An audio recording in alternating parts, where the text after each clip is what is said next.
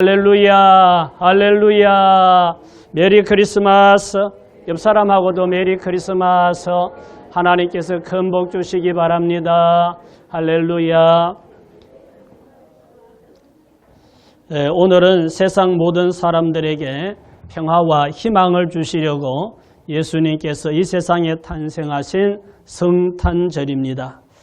오늘 성탄절에 교회 오신 여러분들에게 하나님의 은혜가 충만하시기를 예수님 이름으로 축복합니다.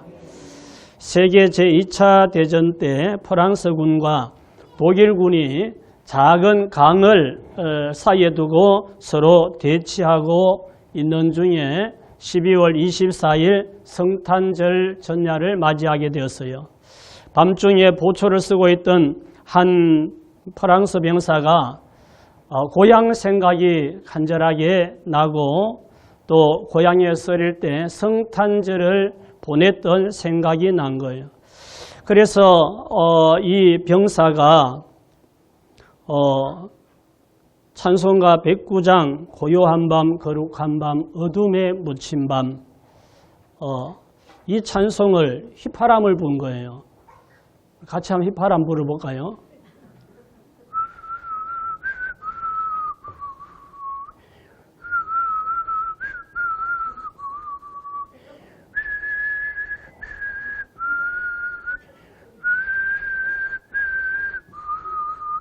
이렇게 찬송을 휘파람을 부는데 깜깜한 밤에 조용한 밤에 휘파람 소리가 들리니까 또 다른 참호에서 또 보초 서던 병사도 따라서 같이 그 노래를 부르고 또 소리가 점점 커지면서 모든 병사들이 이 고요한 밤 거룩한 밤을 찬송하게 된 거예요.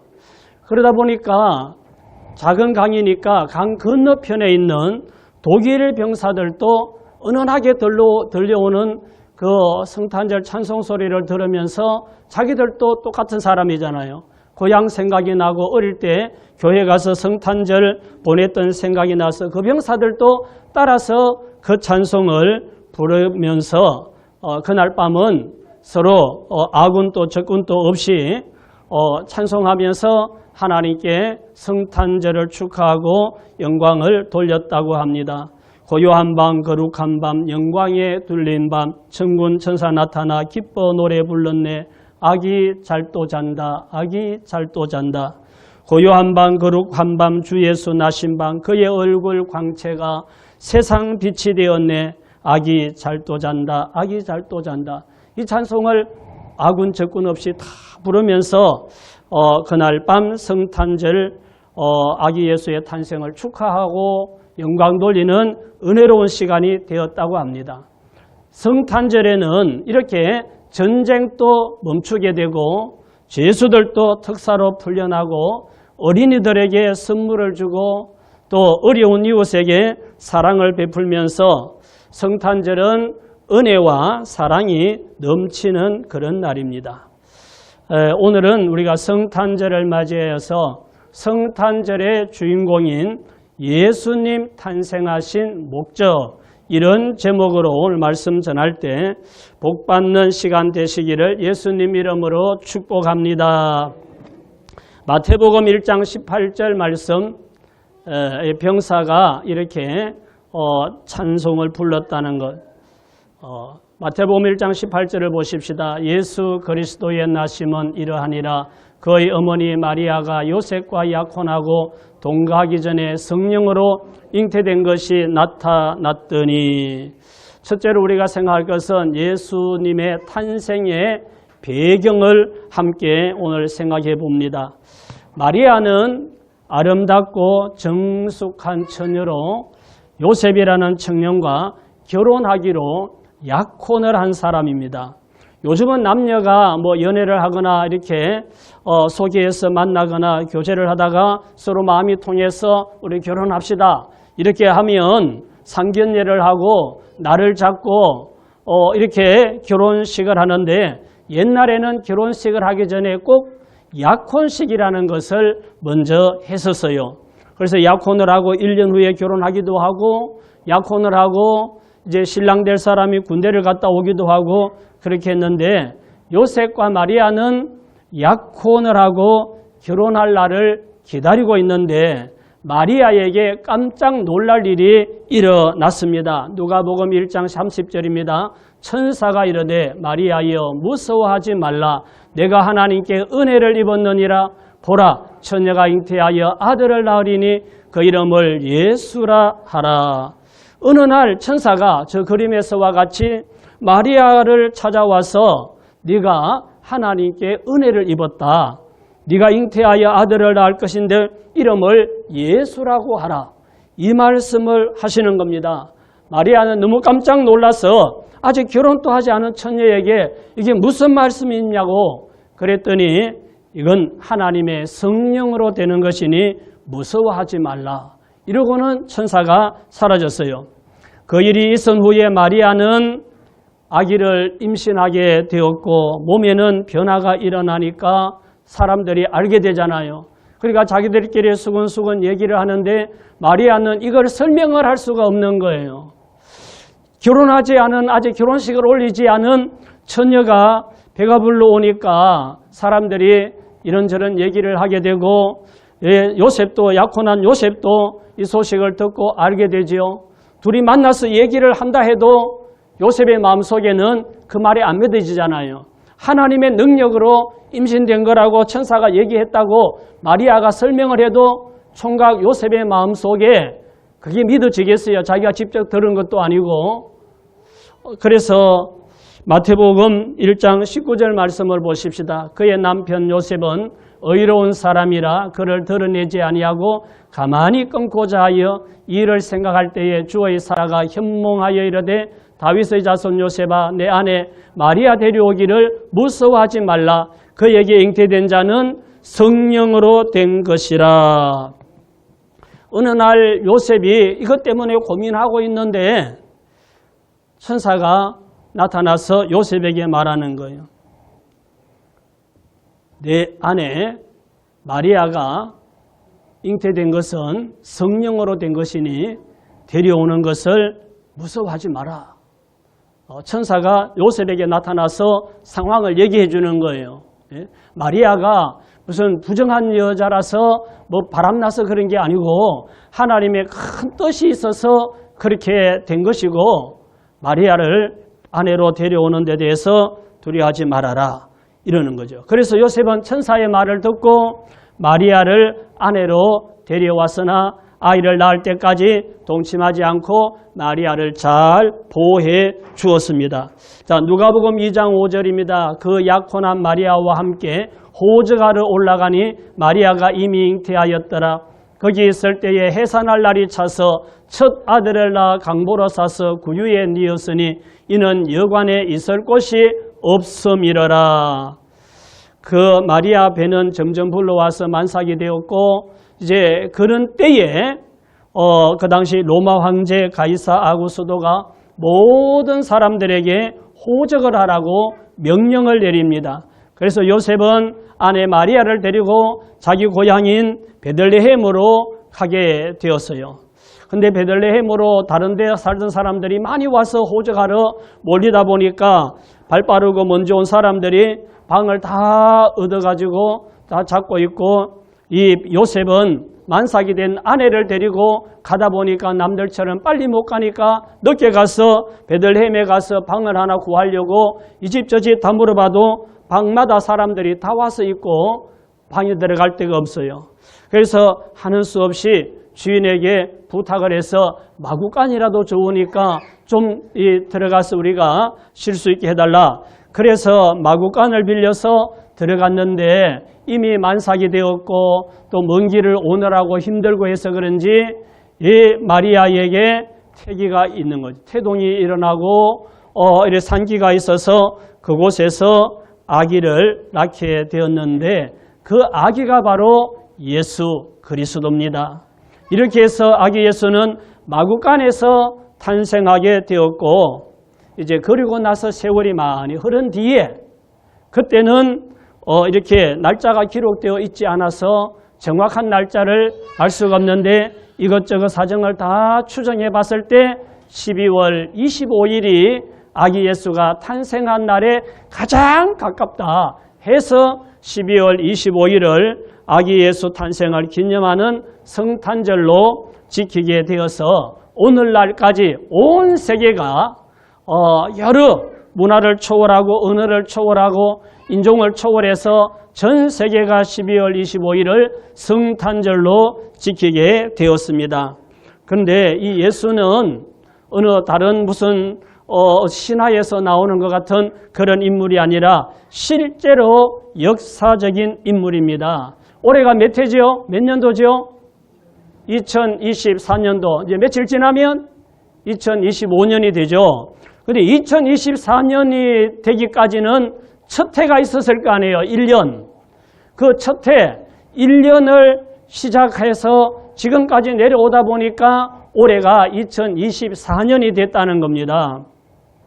새로운 연대를 시작하는 것을 기원이라고 그래요. 기원이라고 하는데 그 첫 1년을 시작하는 수천 년이 내려오다가 1년을 다시 시작하게 된 그 기준이 예수 그리스도 탄생한 그 해를 기준으로 한 거예요.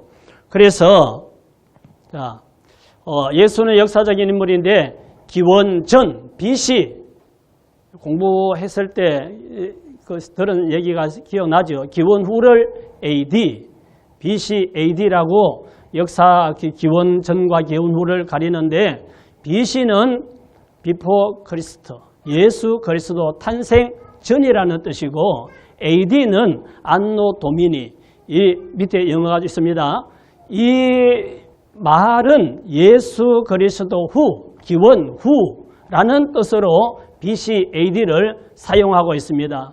그래서 예수는 역사적인 인물이고 역사의 중심이 되는 그런 인물인 거예요. 우리 성경에서는 구약시대와 신약시대가 있는데 구약시대와 신약시대의 기준이 되고 중심이 되는 것이 예수 탄생 그때가 기준이 되는 거예요.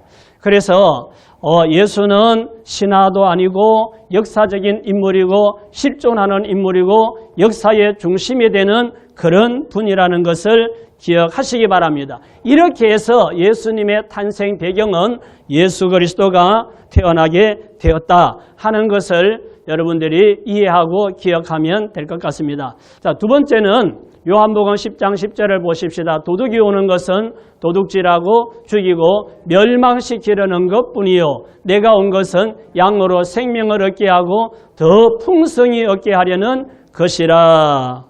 자, 두 번째 우리가 생각할 것은 같이 읽읍시다. 예수님의 탄생의 목적입니다. 자, 예수 탄생 배경을 제가 앞에서 설명을 드렸고 그러면 그렇게 해서 예수 그리스도께서 탄생하신 목적이 뭔가? 초자연적인 방법으로 예수는 탄생했는데 이렇게 탄생한 목적이 있습니다. 자, 마태복음 1장 21절을 다시 봅니다. 아들을 낳으리니 이름을 예수라 하라. 이는 그가 자기 백성을 그들의 죄에서 뭐 한다고요? 구원할 자이심이라 하니라. 첫째는 우리를 죄에서 구원하시려고 예수는 탄생하셨습니다. 인류의 조상 아담과 하와의 불순종으로 하나님과 원수가 되었던 모든 사람들은 죄인입니다. 아담과 하와의 자손으로 태어나는 사람도 다 죄인입니다. 할아버지, 할머니, 할아버지가, 정조 할아버지가, 고조 할아버지가 김씨면 나는 박씨하고 싶어도 김씨가 될 수밖에 없는 거예요. 우리의 조상이 이시면 내가 유씨하고 싶어도 되는 게 아니에요. 그냥 내려오는 거예요. 흘러내려오는 거예요. 마찬가지로 우리의 조상 아담 하와가 죄를 지어서 죄인이기 때문에 그 자손으로 태어나는 자손은 몇십 대가 내려가도 여전히 죄인으로 태어나는 겁니다. 그래서 로마서 3장 23절에 보면 모든 사람이 몇 사람? 모든 사람? 거기에 나도 포함이 될까요? 모든 사람이 죄를 범하였음에 하나님의 영광에 이르지 못하더니 했습니다. 모든 사람들이 죄를 지었기 때문에 죄인이기 때문에 하나님 나라에 갈 수가 없다는 거죠. 죄값으로 심판받고 지옥불에 들어가게 된 우리를 구원하기 위해서 예수가 탄생하신 줄 믿으시기 바랍니다.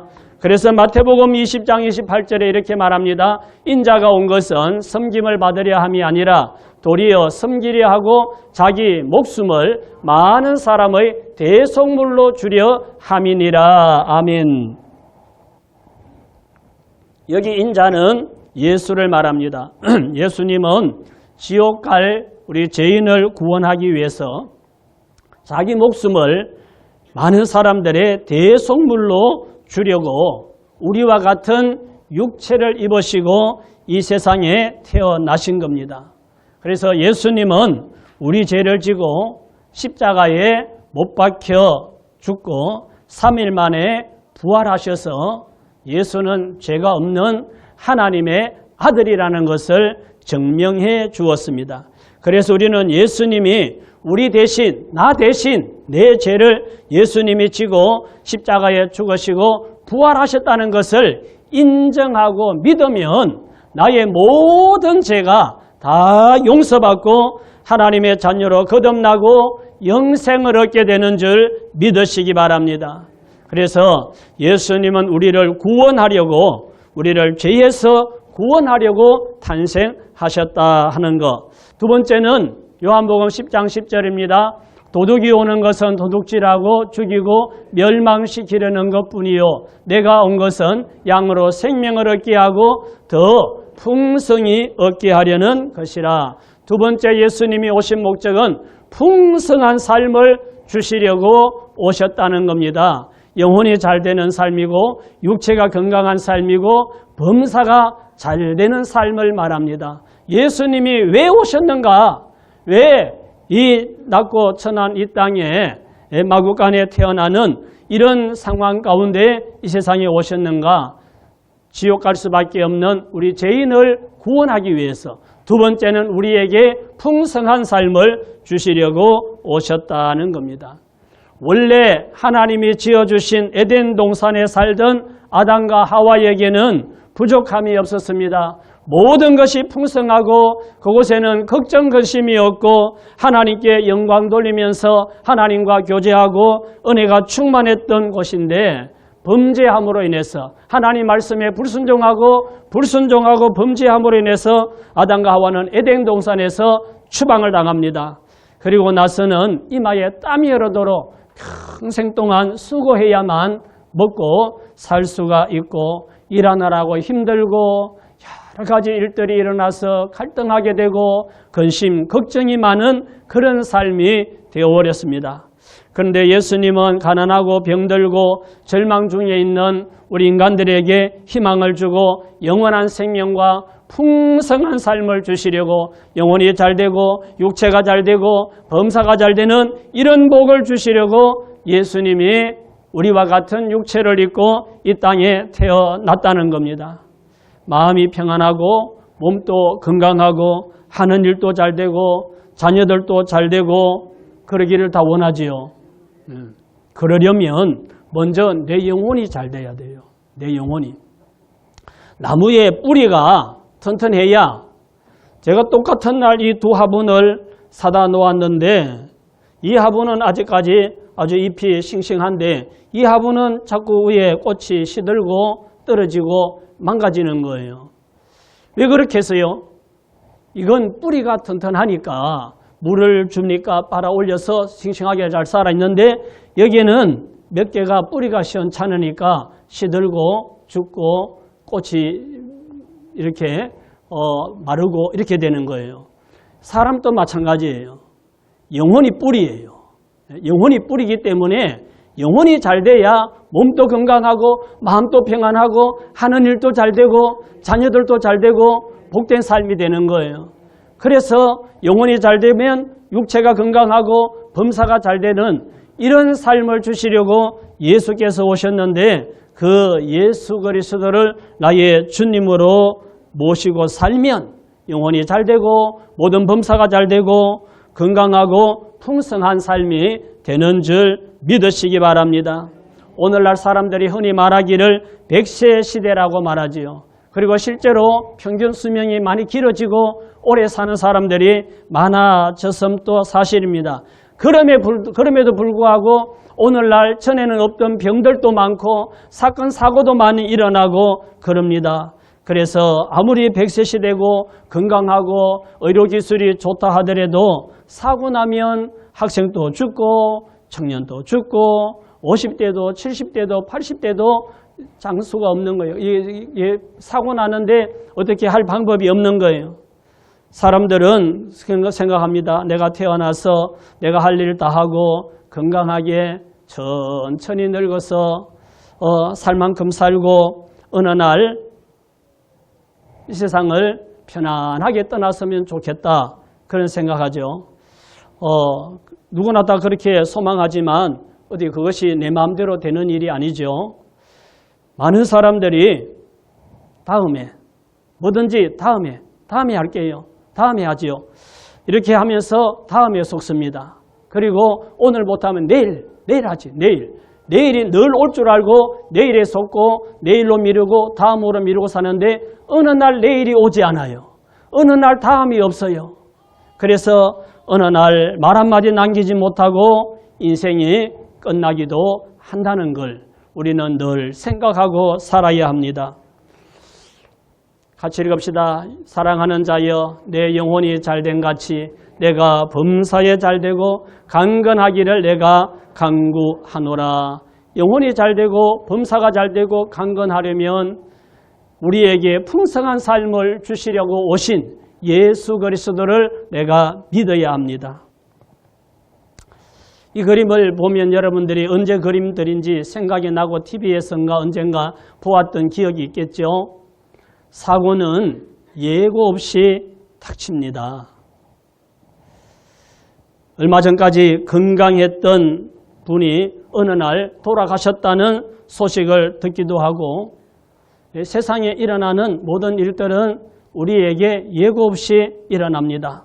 저는 극동방송국의 소망의 기도를 방송하러 가고 있는데 여러 사연들이 옵니다. 여러 가지 기도 제목들을 보내주면 그것을 가지고 또 이렇게 조언도 하고 그리고 기도해주고 이렇게 하는데 언젠가 엄마가 아마 어린 딸을 유치원에 이제 데려다 주려고 갔다 오다가 교통사고를 당했는지 다리를 많이 다쳤는지 다리의 색이 점점 변색이 되어서 병원에서는 절단해야 될 것 같다고 그렇게 얘기를 한다고 제발 절단하지 않고 회복할 수 있도록 기도해달라는 그런 마음 아픈 기도의 제목을 받은 적이 있습니다.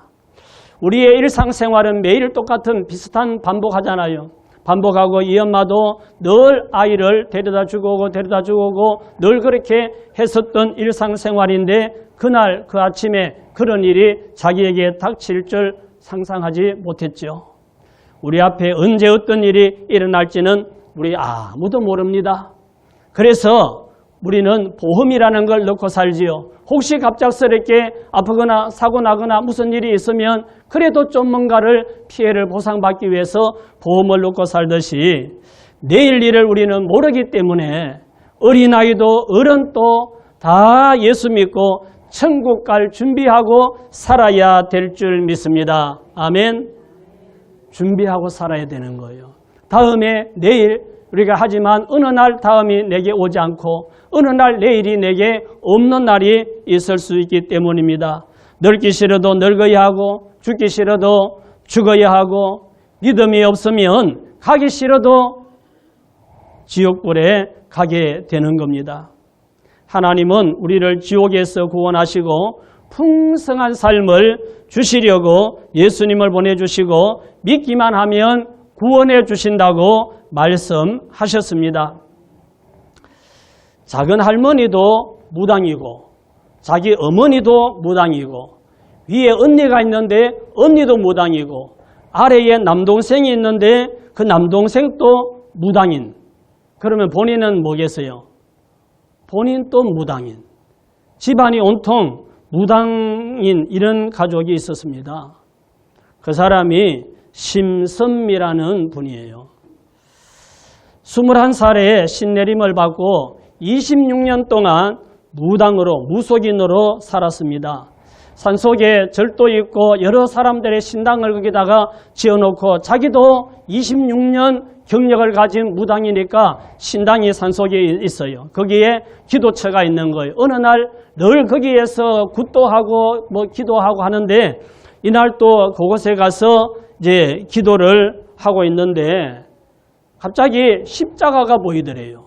십자가가 딱 보이는데 그 십자가가 그냥 가만히 있는 이런 나무 십자가가 아니라 그 십자가가 살아서 움직이면서 자기에게 자꾸 다가오는 이런 상황을 맞이하고 혼란에 빠진 거예요. 근데 다들 얘기하지요. 그 신내림받고 무당되는 사람이 하고 싶어가지고 돈 잘 벌려고 하는 사람이었고 뭐 엄마가 무당이거나 할머니가 무당이거나 이래가지고 어떻게 자기에게 그거를 안 받으면은 몸이 아프고 견딜 수가 없어서 그 신내림 구설하고 무당이 된다고 합니다. 그러니까 그 자녀들에게 물려주고 싶은 사람은 아무도 없는 거예요. 그러니까 26년 동안 이 신무당을 하면서 여기에 매여 있던 이 신으로부터 이제는 벗어나야 되겠다 이런 생각이 들어서 정말 신주단지 같이 모시고 있던 그 신주단지를 들고 나와서 자기도 모르게 그냥 바위에다가 집어던져서 깨뜨렸대요. 그리고 정신이 없이 그러다가 집으로 내려와서 부산 집으로 내려와서 TV를 켜고 채널을 돌리는데 CT에서 기독교 TV를 보게 된 거예요. 기독교 TV를 보는데 그 TV 마친 그 시간에 생방송으로 이제 청취자들이 전화를 하면 전화를 받고 기도해주고 상담해주는 이런 프로그램인데 그 전화번호가 딱 떠가 있는 거예요. 그래서 이 사람이 무심코 전화기를 가지고 번호를 눌러요. 근데 여러 사람이 전국에서 전화를 하기 때문에 전화하는 사람이 단번에 연결되기가 쉽지 않은 거예요. 그런데 이 사람이 전화해서 딱 눌렀는데 삐 신호가 가더니 거기서 여보세요 하고 전화가 딱 받아진 거예요. 그 프로그램을 진행하고 상담해주고 기도해주던 목사님이 전화를 받아가지고 자기가 무속인이라 그러니까 거기서 무슨 말인지 몰라고 뭐요?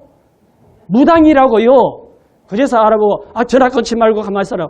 그래서 상담을 하고 전화로 예수님 영접 기도를 받고 그리고 예수님을 영접하고 하나님의 자녀로 거듭나게 되고 그분이 부산에 집회하러 오면서 제2 영도교회로 인도받아서 거기서 신앙생활을 하게 되고 지금은 집사님이 되어서 26년간 무당으로 살던 사람이 사람들에게 나 그거 다 해봤는데 다 소용없는 거라고 예수 믿어야 구원받고 예수 믿어야 영혼이 잘 되고 예수 믿어야 범사가 잘 되고 예수 믿어야 건강하다고 예수 믿으라고 전도하고 간증하는 그런 사람이 된 거죠. 몇 년 전에 우리 교회도 왔어서 간증했었죠. 예수 믿으면 죄 용서받고 구원받고 새로운 인생을 살 수 있는 줄 믿으시기 바랍니다. 아래에 우리 찬송가 가사가 나와 있지요. 한번 같이 불러보십시다. 내 영혼이 은총 입어 중한 죄짐 벗고 보니 슬픔 많은 이 세상도 천국으로 변하도다. 할렐루야 찬양하세 내 모든 죄 사함 받고 주 예수와 동행하니 거디나 하늘나라. 예수님을 믿으면 지난 죄는 사함 받고 내 마음이 내가 어디에 있어도 내 마음이 천국 같은 평안을 누리게 되는 것입니다. 예수 믿는 사람들은 믿지 않는 가족이 또 예수 믿지 않는 주변의 친구나 지인이 다 예수 믿고 행복하게 살다가 천국 갔으면 좋겠다. 이런 생각을 하고 이런 마음을 가지고 있고 가족들이 믿지 않으면 제발 좀 믿고 구원받았으면 좋겠다는 소원을 가지고 있습니다.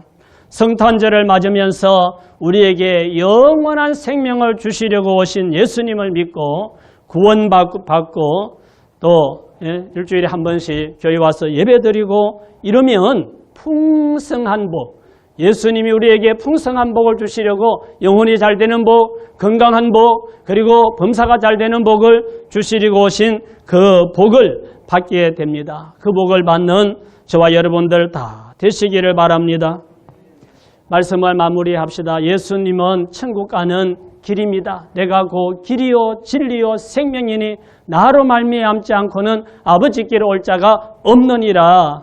역사적인 인물로 연대의 기준이 되신 예수님의 탄생의 목적은 우리를 구원하고 더 풍성한 삶을 얻게 하려고 오셨습니다. 이 예수님을 주님으로 믿고 더 풍성한 삶을 살다가 영원한 천국에 들어가는 복된 사람들 다 되시기를 예수님 이름으로 축원합니다. 축원합니다.